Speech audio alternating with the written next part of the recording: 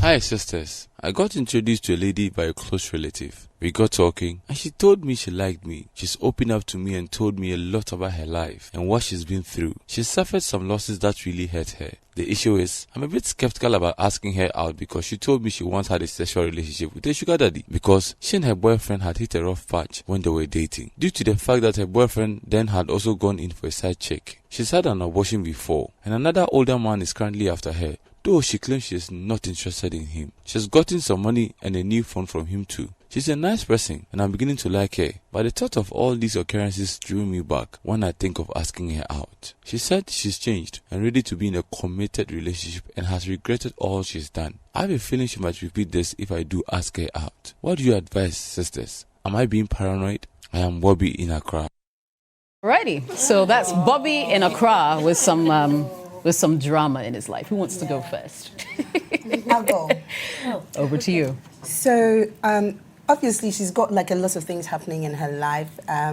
Well, good and bad, if you ask me. You are interested in dating her.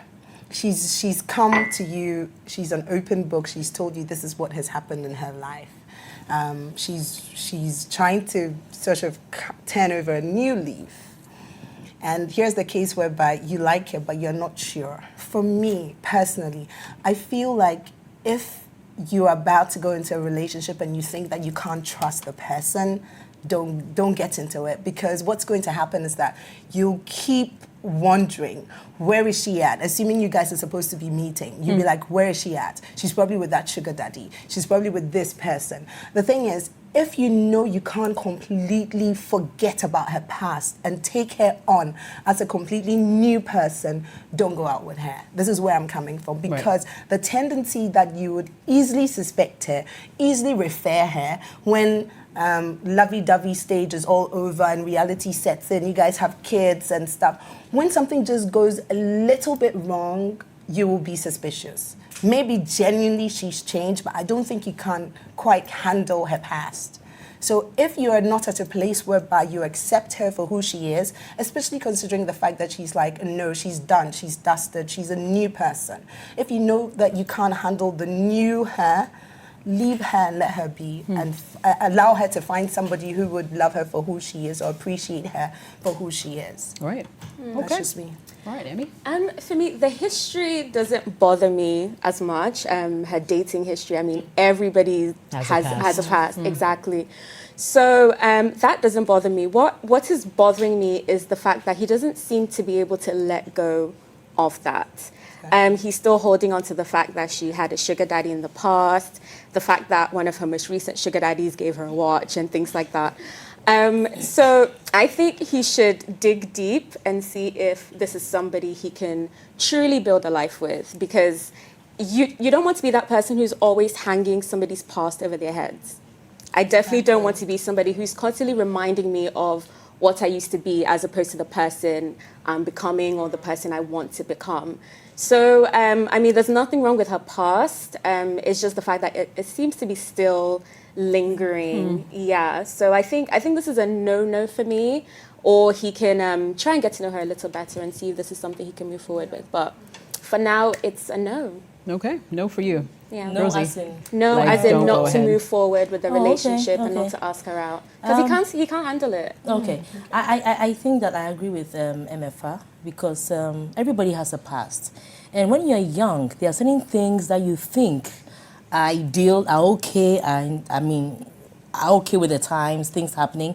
And then as you grow older, you realize that it's actually pure foolishness, and then you turn your ways. I mean, that's the gospel truth. All of us have done something in our past that we are not exactly proud of. It doesn't have to be men-related, but it could be in other fields, you understand? Yeah. So if she's progressed to that level and she feels that, okay, all what I've done before was not the best for me to do, and I want to really turn over a new leaf, the good thing here is that she's come clean.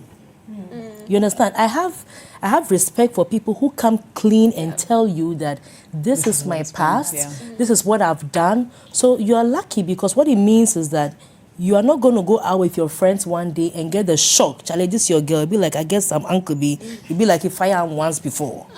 Then you are now lost in the crowd and then you don't know what to do. You understand? So I think that she's come clean with you. I think what you should do is that you're not dating her past. You're going to date her now and her future. You understand? So try and concentrate on her qualities that make her the person that you got attracted to. Now, once you concentrate on the qualities, of course, you are human, so those things will be in your background. But over time, the quality that is in front of you is going to override her past that she has told you. And then, like, this is a refined metal and not raw ore. You understand? So you are lucky you are getting somebody who will be refined. And most of the time, when you date somebody who's been through all this and they have changed, you actually have a jewel. You don't want somebody who is playing naive, playing, then you find out things when you're already committed. That one is more of a disaster. So I think you should work on yourself. You yourself, you're not perfect. So just admit that and look at her now and her future. If you're okay with that, fine. But by all means, if you can't get over her past, don't waste her time. I have a question for you ladies, though. Because in the story, there was something along the lines of she's still accepting a new phone and whatever from the guy. And that's current. For me, that's the part that eats at me. Okay, you say you've changed.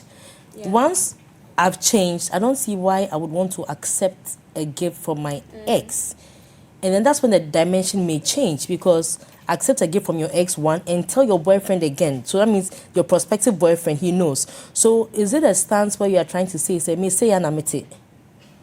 And it's not even her ex. No, it's not her ex. It's a sugar daddy figure. Exactly. But the thing is that, is he really a sugar daddy figure, or because he's older, you're assuming that it's a sugar daddy figure? And another question too. Technically, your relationship with her has not been defined.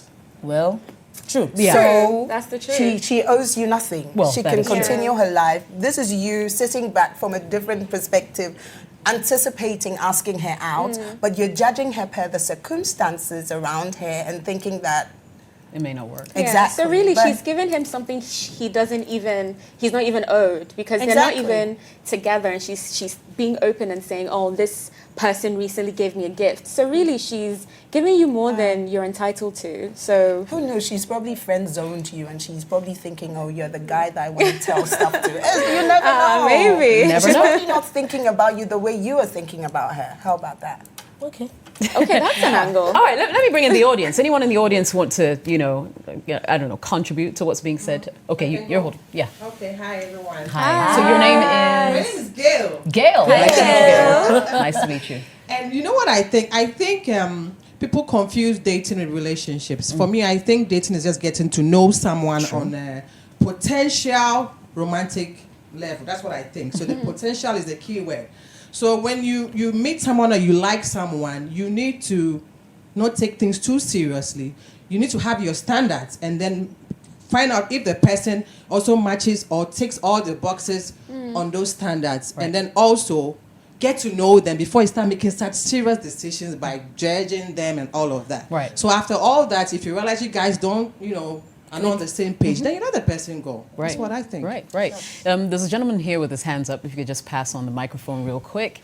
Yes. I just wanted to ask the sisters quickly, because okay, not to put pressure on you. Okay. What's your name, by the way? I'm Kweku. Kweku. Okay. Yeah. Traditionally, families will do a deep background search before you pick a woman as a wife or anything. So I want to understand that, or by my understanding, this is his form of background search. Okay. At what point does history come in? At what point would you make history a deciding factor as to whether to go on or not to go on with a person? That's a good question. I think when the history is still lingering is when it becomes a problem.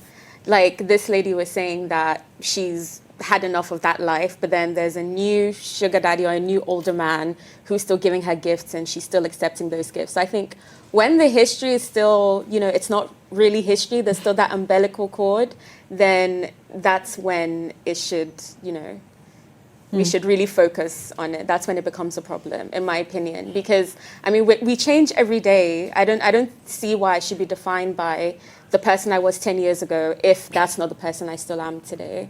So give people a chance to grow and move forward. Anyone else want to?